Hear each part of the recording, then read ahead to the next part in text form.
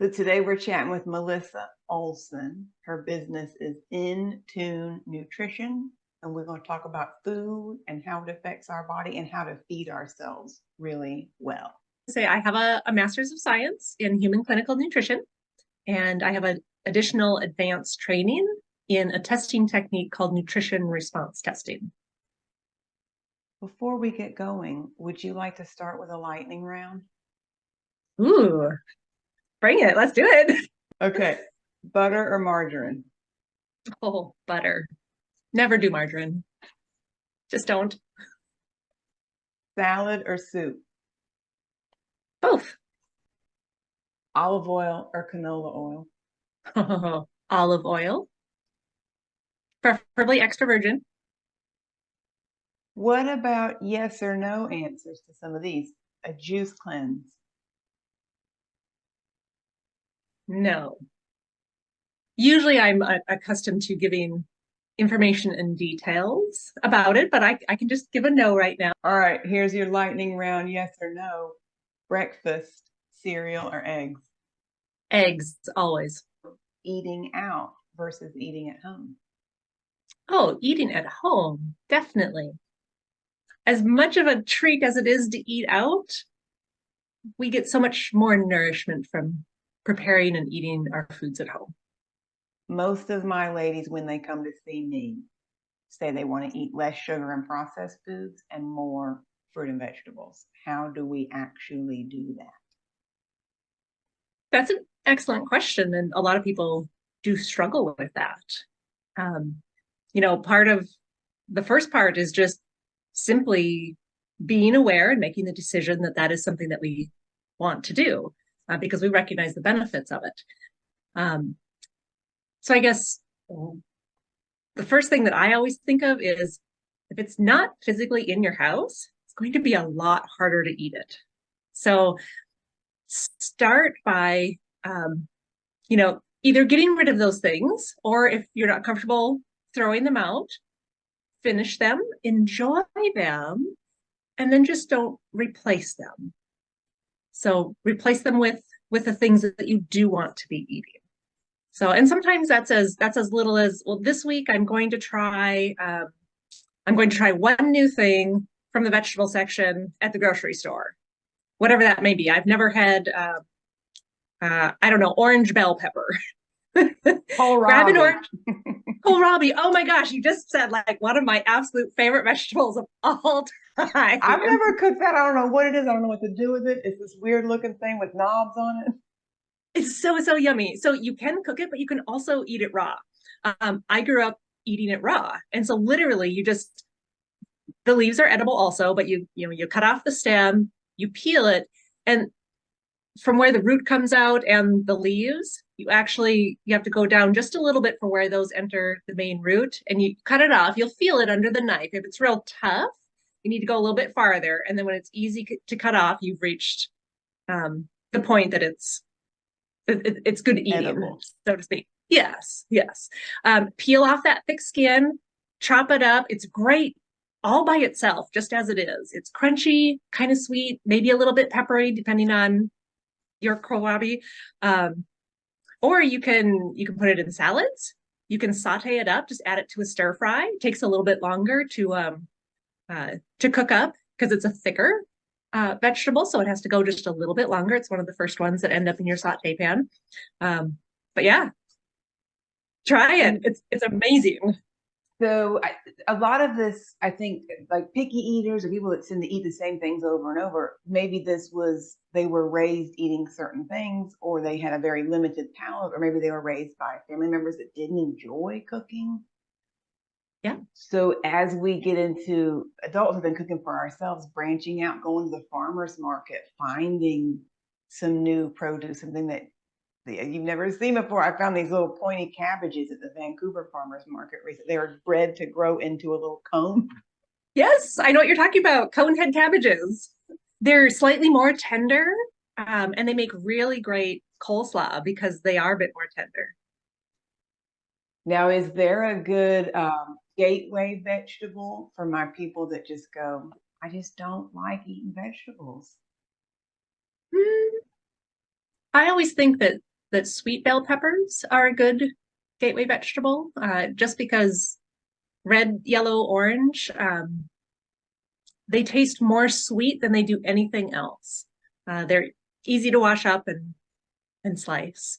You can eat them raw, you can cook them, put them in a salad, put them in stir fry. Yeah, Not too absolutely. strong of a flavor. Yep, yep. Cucumber, if you want to, sort of make an entrance with cucumber, sometimes the peels can be a little bit bitter. So some people will start by peeling those until you figure out which ones have a less bitter skin. Usually the little Persian cucumbers, the skins are really thin and not bitter. So that can always be a nice one also. So maybe a mild or something that isn't kale or that isn't a really strong flavor. Because some people are just like, I just hate kale, I'm not going to eat it. That's fair. It's a thicker vegetable. It takes more chewing, or you can cook it up longer. Yeah, and it's not for everybody, and that's okay. So even just, like with lettuces, we're accustomed to iceberg lettuce. It's everywhere. It's very inexpensive, and it's really full of water, which is fantastic. So if you're a person who suffers with dehydration or if you have constipation a lot, something like iceberg lettuce can actually be really helpful because it does have so much water content. And if we're looking to branch out a little bit from there, go to some green leaf lettuce, go to some red leaf lettuce, some romaine hearts. Those are just, they all have a little bit different amount of some of the different vitamins and minerals, and the flavors are all pretty similar and So you mild. just start with something you like, and then get something that's similar, but maybe a little bit different or a little bit new. That'd be an easy way to branch out and try a new veggie. Yes, absolutely. Can we talk about veggies at breakfast? No, we can't talk about that. Of course, we can talk about veggies at breakfast. I'm a big fan of having vegetables at breakfast. It's a super easy way to get another serving in. And it's not something that I grew up with, but it's something that I do now regularly. And I have for the last, I guess, 5 or so years, maybe a little bit longer. Don't test me on the time frame there. One of my favorite things to add to my eggs in the morning is some sauteed spinach. It's super easy. I can buy the little containers. It's already prepped. I don't want to spend more than 5 minutes making my breakfast usually. And I'll put a little bit of butter in the pan, toss in a big pile of spinach because, it wilts down. You start with this, you get like this. And it just, stir it around, saute it up till it turns, a nice kind of bright green. If it gets really dark green, we've maybe overcooked it a little bit, and that just takes a little bit of experimentation. And then, once you've got that sauteed up, that on the side, a little tiny sprinkle of some sea salt, and that's a beautiful veggie side. So that might be a nice way too if someone is not used to eating veggies at breakfast. A spinach and egg combo. Those are pretty mild flavors and easy and quick because that's what I'm interested in the morning. Get out the door and I don't need to have an hour-long prep. Right, right. One of my other favorite things that I love to do for veggies at breakfast is on the weekend, I'll saute up a big pot of vegetables that I know I'm going to be using with my eggs in the morning. I think I call it my garden breakfast. And I will literally saute up zucchini, usually red pepper, onion, mushrooms, and tomatoes. I love putting the tomatoes in there also. So I get a big pot of that. I'll usually have it one day over the weekend with my eggs. And then all week, all I do is I can either toss the vegetables into my pan first and they'll warm up, and then I can toss them on the plate while I cook my eggs, or I can cook up my eggs first. Depends on which I remember to do, really. I can cook up my eggs first and then toss the eggs on the plate. While they're cooling just a little bit, I'll warm up the vegetables in the same pan. Super easy. And then we're you're already 3 or 4 servings into your recommended servings for the day. If you can front load your day rather than waiting till dinner to eat all your day. Yes. Yes, exactly. Exactly. And then we're in week 2 now of this menopause course that I'm doing with my ladies. And so a big thing for them is hot flashes. What is the nutritional component, or are there nutritional things we can address to tamp down hot flashes?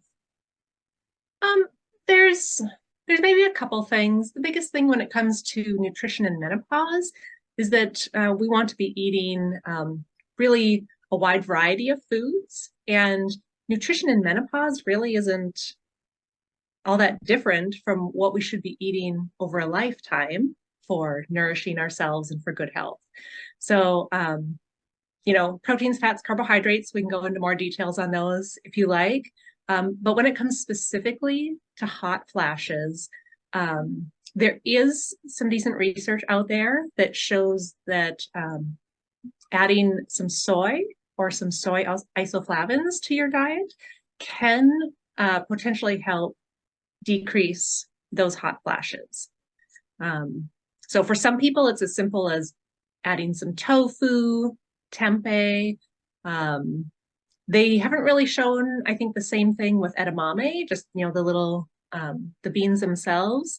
Miso is potentially helpful. Those all have slightly higher amounts of the particular isoflavone that can be helpful for hot flashes. So otherwise, things like essential fatty acids, especially your omega-3s, are really important. They can potentially help balance out some of those hormones as our bodies are changing and our hormone levels are decreasing. So yeah, those are a couple little things. So adding in some EFAs and some tofu, soy products can help support, but just eating a varied diet, eating all the colors of the rainbow, getting plenty of protein, plenty of good fat. Yes. That's really tremendous, because a well-balanced diet that has a wide variety of all of those things helps give us the minerals, vitamins, the nutrients that our body needs in order to function properly. And when our body is functioning properly, even though it's going through these changes, because these changes are normal human physiology for us, how the body works. When the body is functioning really well, it's better able to respond to those changes. So we still might have, some of those hot flashes, night sweats. We still might have some of those symptoms, and that would be normal. But if the body's functioning well, it's going to be able to handle them better, and eventually those symptoms are going to go away. And that's, how long it takes each person is a little bit different. Now, what do you see a common theme of what people are doing wrong nutrition-wise, or us as a culture? What do you see as things that could be improved on? The number one thing that comes to mind, and people are probably aware of this, but packaged foods, processed foods, almost all of them come with added sugars, preservatives, oftentimes stabilizers. Those are not doing us any favors, whether for regular health, whether, we're young, older, middle-aged, going through menopause. We need to eat much fewer packaged foods and much more whole foods as close to their original state as possible. So, and then it is shelf stable, it is not good in your belly. It's great for letting it sit on a shelf for months or years. Absolutely. Yeah, doesn't do us any favors in our gut or nutrition wise. So one of the other things that I see quite a bit of is most of us, surprisingly, are not actually eating enough protein. There's I'm so glad to hear you say that. Yes, well, we've gotten the message for so long, eat less protein, but really the recommendations that are out there are painfully low. And there is a lot of decent research in the last several years that shows that we do need more protein. And so, 46 grams for a woman in a day is maybe just barely the minimum that's needed to keep a body that's already in adequate and healthy status, to keep it just barely there. Most of us need significantly more. probably upwards of near 100 grams. And that varies wildly from person to person. 75 might be appropriate for some, 125 might be appropriate for some.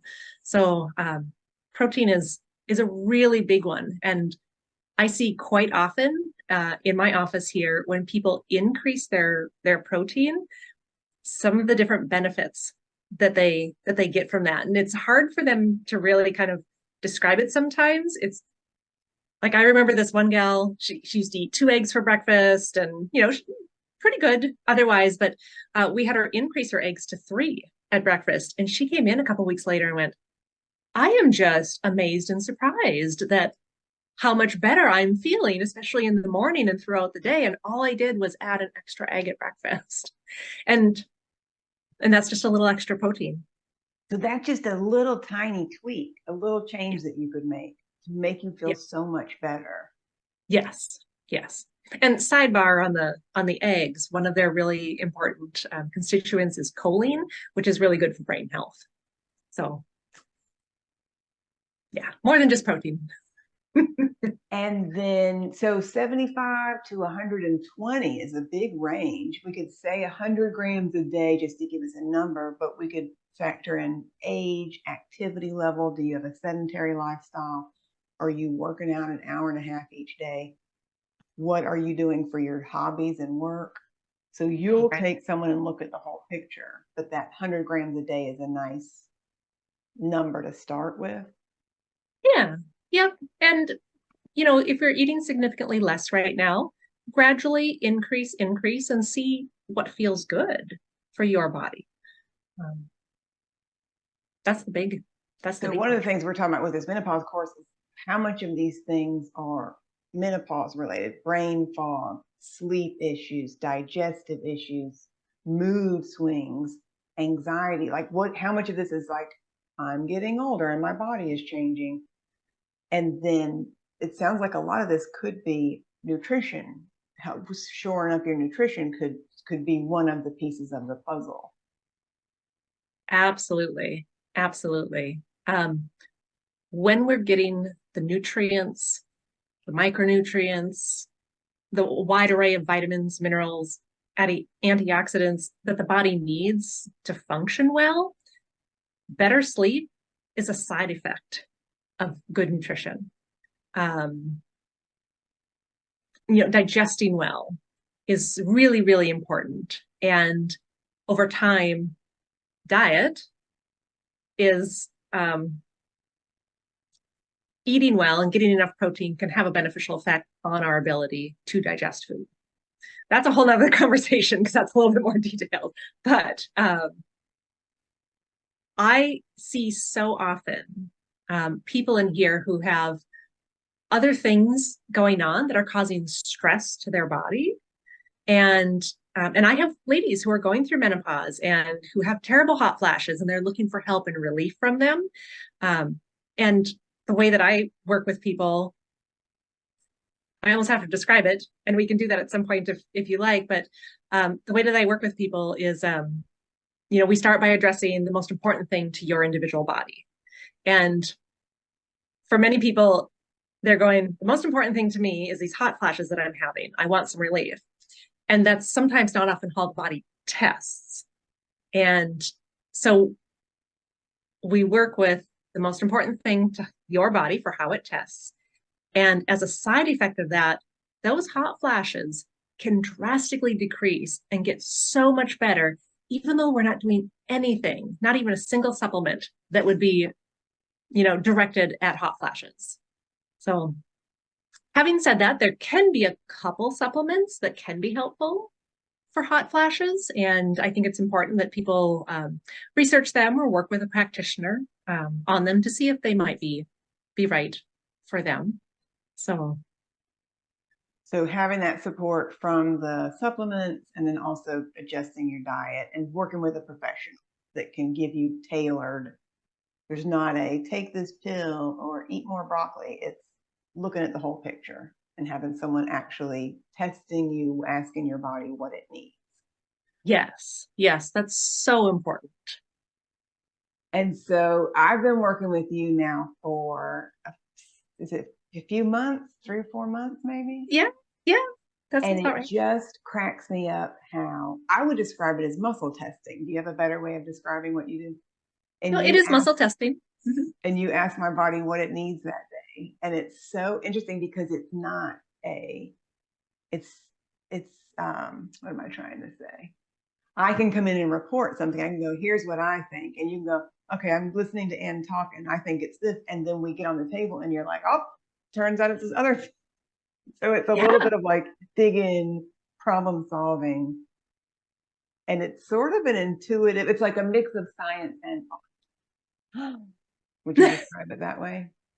A mix of science and, And art. oh, absolutely. Absolutely. Yes. So, and it's all working with reflexes in your body, which is why we get good results for people.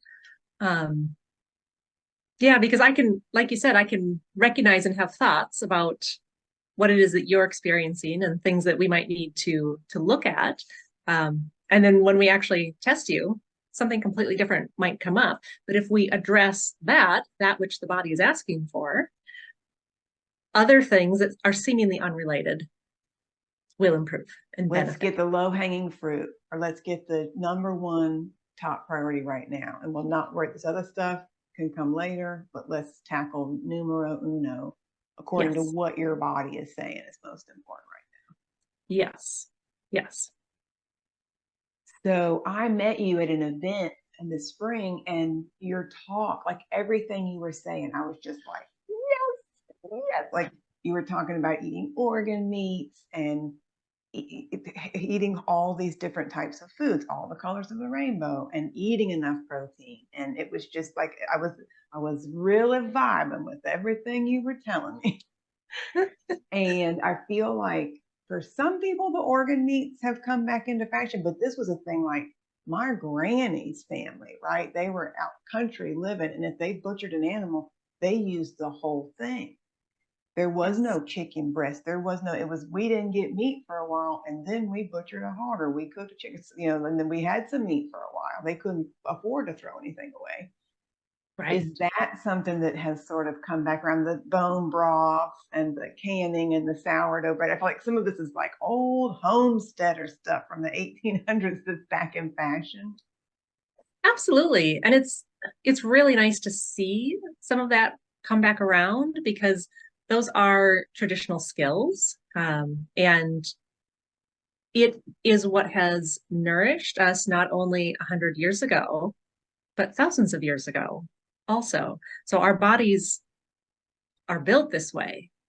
And to take something like sourdough, um, most all breads would have been a ferment like that. Um, it's fantastic that we do canning and preserving because we're helping our harvest last longer. Using the whole animal, uh, our ancestors would have never dreamed of wasting a part of the animal. It was, there were some things that were eaten on the spot, raw.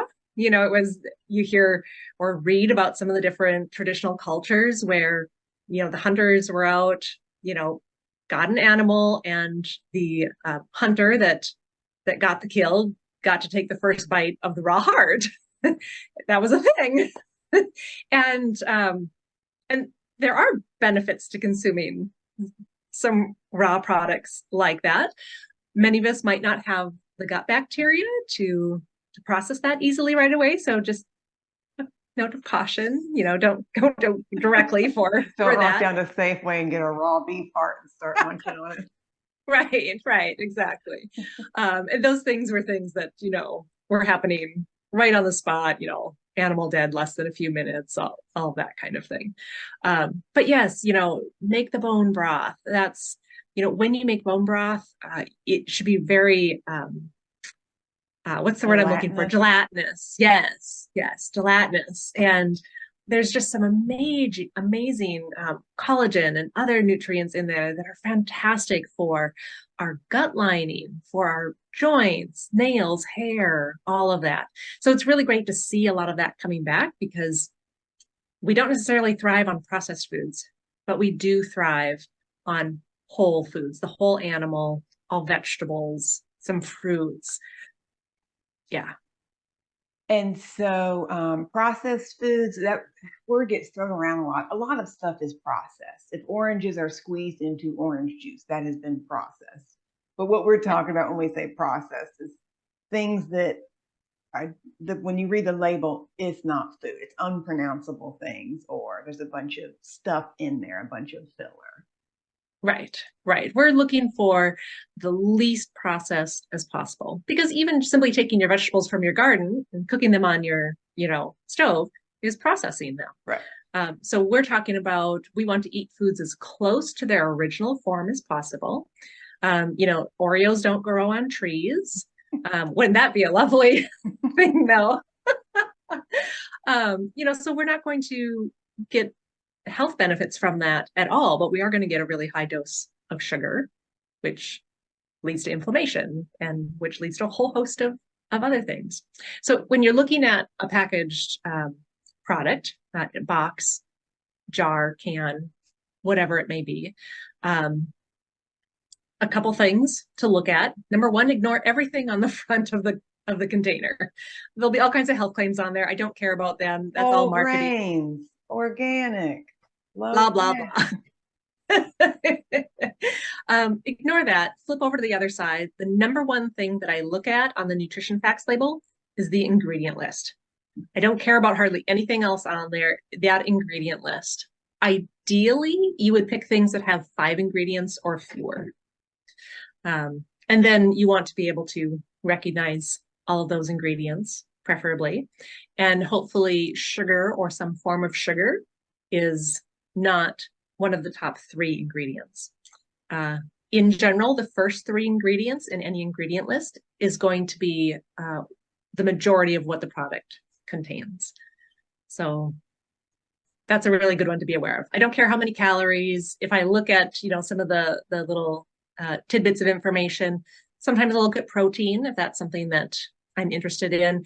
And then I'll also look at added sugars. So when it's just sugars or carbohydrates in general, I don't pay as close attention to that, but added sugars means that they have physically put actual sugar in. And if you're seeing 8, 9, 10, 18, 24, that's say a protein bar or a granola bar, or something that you maybe were going to have as a snack or a breakfast on the go. It should be nuts or some kind of grain. Sugar should be at the end. And preferably, ideally, the sugar is coming from a more natural source, or is that neither here nor there? Yeah. Well, a fruit like dates or, maybe some coconut sugar. I don't inherently have anything against them. Or, if there's chocolate on it, you're going to be getting sugar there. But look at the first 3 or 4 ingredients and see if sugar or a form of it is one of them. So it's surprising how many protein bars or health bars really don't have great ingredient labels. And surprisingly, many have a lot of sugar in them. So that could almost be your whole sugar for the day. If we're shooting for, say, 20, 25 grams, what's the range that you shoot for the whole day? I don't necessarily add it up for the whole day. I look at added sugars, and you don't usually want more than 10 grams of added sugars in a day.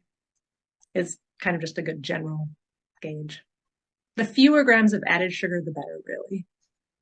Higher on the protein, lower on the sugar when you're looking at a processed packaged thing with a label on. Yes. Yes. Okay, let's talk about gut health, because we talk about eating all this delicious food and great for you and full of nutrients, but if your gut is suffering, it cannot absorb the nutrients. Yeah. Right. Absolutely. So there's a couple different things. Oh, go ahead. Where would you start if someone came in with inflammation or gut issues? I see a lot of gut issues in here, a lot of food sensitivities, and most of them are just simply related to low digestion. Many of us need extra digestive support. So some people need some hydrochloric acid. Some people need some digestive enzymes. And everybody's a little bit different. If you have gas and bloating, you more than likely need some hydrochloric acid. whether you need just hydrochloric acid or a little bit of hydrochloric acid and a little bit of digestive enzymes, that's where everybody is a little bit different. Some people just need some digestive enzymes to help process the food that they're eating. So if you feel full for a long time after eating, enzymes might be all that you need. And it's hard to say, try this first, try that first, because even when I get in my brain, when I hear somebody talk, and I go, oh, I bet they're going to need, the hydrochloric acid. Oh, I bet they're going to need some enzymes. And I put them on the table and we test them, and I could be wrong. It happens. It happens regularly.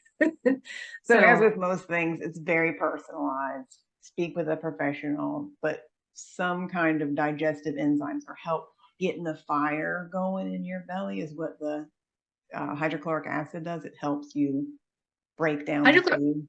Yeah. Hydrochloric acid literally is our stomach acid that helps us digest food. So if we want to support some hydrochloric acid release and production in the body, having things like a little bit of apple cider vinegar in some water beforehand, or some lemon juice in some water ahead of time, that digestive bitters, things that are bitter, stimulate that hydrochloric acid release in the body. So, and it's really interesting because sometimes somebody will say, oh, well, I've been trying apple cider vinegar and water and it just doesn't do anything for me. And then if they switch and do some lemon water, lemon squeezed into some water, they'll be like, wow, that was amazing. I felt so much better. So, and then the opposite can happen for other people. So if you're willing to experiment a little bit. And you say take that right before your meal? Yep. About 5 or 10 minutes beforehand. Just gets those digestive juices going a little bit. So, and incidentally, digestion is one of the benefits of preparing some of your foods at home, because as you're preparing foods, you're smelling it, you're thinking about it. And they say that that's actually where digestion starts, is during that process, which is also why it's good to have everybody in the household involved in some of the meal making process. I'm going to argue that mine starts when I'm making my grocery list. Oh, when I start thinking like, what are we going to have this week? And then we figure out our meals. Then I make a list and I go food shopping. I think all of that is part of your digestion. And that you could view that as a pleasurable thing. Like nobody loves going to the grocery store running errands, but you do. I do. I love going to the grocery store. I mean, I don't know. It's enjoyable. It's not bad. But I like picking out my produce, and I like picking out my meats and thinking about the meals that we're going to eat. And you hit on something really key of having a plan for your meals during the week. That's just huge. I cannot be trusted to wing it, especially if I'm hungry. That's not going to end well. Right. If you're hungry, you're going to, yep. If you're hungry, you're going to grab the first things that are available, and the things that are available for quick eating are often not fabulous for us. Having said that, if you know that you have a tendency to grab things, make a snack that is more healthy, something like little energy bites, seed bites, things like that, some healthy granola, and have that available to you so that if you know that you're planning on making a meal, it's going to take you 30 minutes, but you're just starving when you get there, grab a few bites of that as you're making it. Toss a few of the raw vegetables in your mouth while you're making it. That'll help get you through to the meal. But yes, having that plan, make a list of the meals, do the grocery shopping around it, stick to that. You get benefits health-wise from eating those foods and those home-cooked meals, and your pocketbook benefits too. Things are just getting more expensive all the time. Everything is more expensive. So any place we can save a few bucks. So you and I enjoy cooking. We enjoy talking about recipes and food and eating. Some of my ladies just don't want to cook. They don't have the energy after work, or they've never tried meal planning. They're more grab and goers, or if you're living at home, or say the kids have moved out and it's just you and the husband, sometimes it's less motivating. If you're cooking for your whole family and they're all going to chow down, but if it's just you or one other person, do you have any tips for my people that aren't comfortable cooking or don't enjoy cooking, for things they could either piece together a quick lunch to bring to work, or a quick dinner they could put together after work in a few minutes? Sure. Um, there's a couple different approaches that you can take on that. One idea is to cook an actual meal as though you were cooking for two, three, four people. Package up the leftovers, and whether you put them in the fridge for eating later that week, or whether you put them in the freezer to start a rotation of things that you can quickly grab out, that can be really effective and helpful. Otherwise, things that are really quick to get ready, if you keep things like chicken tenders, they're already cut into the small pieces, and you can just toss them in the pan. While those start cooking, you can chop up some peppers or zucchini or whatever it is that you have on hand, or if you have just that bag of spinach, you can toss a little bit in there. And I mean, you could have a meal ready in 10 minutes if you have something quick and easy like that. The biggest thing is, what's going to add flavor to that is going to be your fats, some salt. And if you're cooking at home, you should be putting a little bit of salt on it. And then spices, herbs, basil, oregano, thyme, chili powder, smoked paprika, lots of things to experiment with. But, if you don't do a lot of cooking, things like basil and oregano are just really simple go-tos that can add a lot of flavor. I'm also a big fan of the tinned mackerel and tinned sardines. And I know that some people can't do them and they don't like the flavor, but if that's something that you can do, they're just a fantastic go-to. I always have some in my cupboard here at work. If I don't have a meal, leftovers ready to go for my lunch for the next day, I know that I can bank on a tin of mackerel or sardines. And they come in different flavors now too. Like you can get them lightly smoked and in lemon, or you can get them with, some sun-dried tomatoes and what have you. So the flavors are a little bit different. And then, sometimes an apple paired with that is all that you need. I personally like to chop up like a head of lettuce and separate it out into containers. So, and that might last 3 to 5 days. And as long as your lettuce is fairly dry, your chopped lettuce will keep through the week. A little trick that I use is to take a little piece of paper towel in those containers that are going to be in the fridge a little bit longer. And I place the paper towel in the bottom of the container, toss the lettuce in, and then just fold the paper towel over the top. And then when I take my salad out, or when I take that lettuce out, then I add to it. If I have little tomatoes, or I chop aroma or whatever kind of tomato on the spot, cucumber, Kalamata olives, they just take them right out of the jar. It only takes a few minutes. A handful of nuts like walnuts or pecans. Making up things like tuna fish salad ahead of time. You can chop like spinach real fine and mix it in there. What else am I Back to thinking her of? spinach again. She loves spinach. One would think, right? It's just easy, and it's always, they always have those containers. So I'm a big fan of keeping it easy. If you have some tuna, whether you have it mixed up with some avocado or mayonnaise or whatever it may be to make your tuna fish salad, so to speak, you can put celery in there. You can just toss that onto a salad side, and bam, you've got a full meal. And then my favorite dressing, use what you like. My favorite dressing, because I'm too lazy to mix up my own homemade salad dressings, is I literally just put some extra virgin olive oil and some balsamic vinegar. And that's my dressing, and it's fantastic and amazing. If you want to get really, into it, you can mix all that up ahead of time. You can add spices and all of that. But A quick, easy again, go-to splash, splash. Yep, exactly. If they're looking for a diet guide to follow, I would recommend the paleo diet. And I don't know if you want to include something like that. That's what I was going to ask you, if that was a thing that you approved of, the paleo diet. I do. Um, And that means primarily meat and non-starchy vegetables. right. Paleo is it's a focus on whole foods, number one, which is fantastic.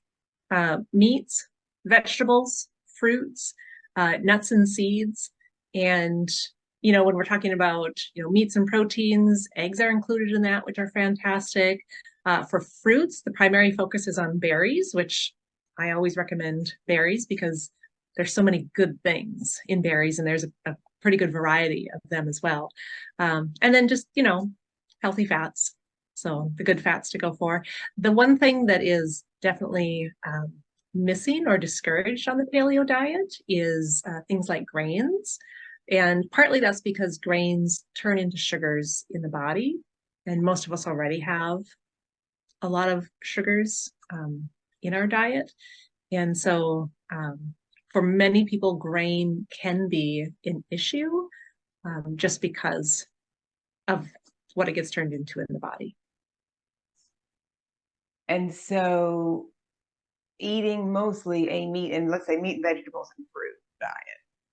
Yeah. You would consider that a healthy way to eliminate a lot of stuff that could give you some flare-ups or some sensitivities maybe, or gut Yeah. digestive issues. Yeah, absolutely. And sometimes digestion does need a little bit additional help, but meat, vegetables, fruits, I mean, it's all things that have been widely available to humans for a very long time. It's what our body is accustomed to. There is some thought out there that with modern agriculture, and I shouldn't even say modern, but starting to cultivate grains and things like that happened a little over 10,000 years ago. And there's some thought out there that our bodies have not necessarily adapted to that yet. Our bodies are very slow to adapt. And we know that we've eaten meat, vegetables, and fruit for a really long time. And I do include fish in that as well, because there's some phenomenal benefits to eating fish as well. So it's a great approach. Cuts out all the stuff that creates inflammation in the body, gives us all the stuff that's really nutrient dense. I'm about nutrient density. I love it. Awesome. All right. This was great. Thank you. Yes, you're welcome. This is so great that you're doing this class. I just like you've talked about some of the other classes, and I'm thinking, wow, that's phenomenal that, people are getting either exposed or learning or, just getting a little bit more honed in their information on what's helpful. And all of those things make such a big difference as we go through life. So, because I mean, you're talking about exercising and strength and all of that. That's huge going through menopause. Having Yep.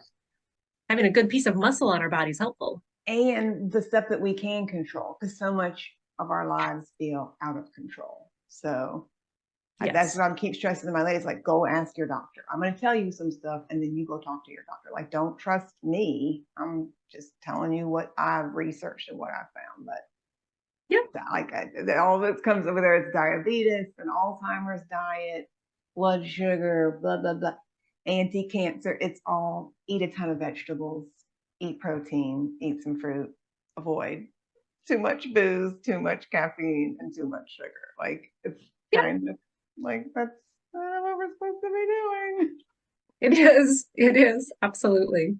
And if people need a good little just like a way to think about fruits and vegetables, a good just general rule of thumb is eat twice as many vegetables as fruit. That's a thing where I could, if I have my druthers, I'd have a piece of fruit with every. I have a little sweet something after. I'm like, what is fruit? Right? Yeah. And I mean, there's bad. well, there's inherently nothing wrong with fruit. There's just some fruits that are a little bit higher in sugar, and we can train our our brain, our cravings, all of that. It just takes time. So if we're used to having cookies after a meal, have some fruit after a meal. Do it for months at a time. Yep. Yep. Slow changes. Yeah. Little by little. Baby steps. Yes. Yes. Yeah. Okay. So you gave us a bunch of good stuff to think about today about meal prep and what to eat, things to kind of watch out for. What's the best way for somebody to get a hold of you if they want to work one-on-one with Melissa? Well, they can either call or on my website, there's get in contact with me that sends an email. So my number, my business number, 360-836-0678, or they can email me, Melissa, Melissa, at intunenutrition.com. And I'm happy to describe what I do, how I work with people. I'm somebody that I give all of my information up front after we go through the testing, and provide all of it up front so people have the information they need in order to make a decision. All right. I appreciate you. Thanks for chatting with us today. Likewise, very happy to have been here and talked about all things food. I'm always down for a good conversation about food. Me too.